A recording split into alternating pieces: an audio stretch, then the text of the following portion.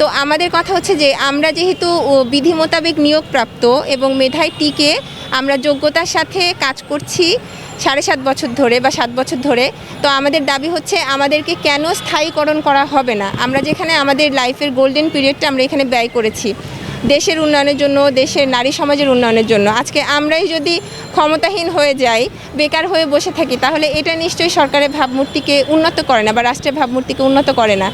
আমাদের আজকের কার্যক্রম ছিল যেটা 460-17 এই ধারাটা বাতিল বা সংশোধনের পক্ষে। কারণ হচ্ছে যে এই আইনটাকে কাজে লাগিয়ে অনেক দপ্তর আছে যারা উদ্দেশ্যপ্রণোদিতভাবে প্রকল্পগুলো থেকে যোগ্যতা থাকার পরেও, ভালো ফলাফল এবং পারফরমেন্স ভালো থাকার পরেও সেগুলোকে রাজস্ব খাতে আসতে দিচ্ছে না। এটার কারণে হচ্ছে কি, দক্ষ অভিজ্ঞ জনবল একটা পর্যায়ে গিয়ে বেকার হয়ে যাচ্ছে, হতাশাগ্রস্ত হচ্ছে এবং সমাজে কিন্তু মিডল এজ থেকে মানে মধ্য বয়সের পর থেকে একটা শ্রেণীর বেকারত্বের সংখ্যা বাড়তে পারে।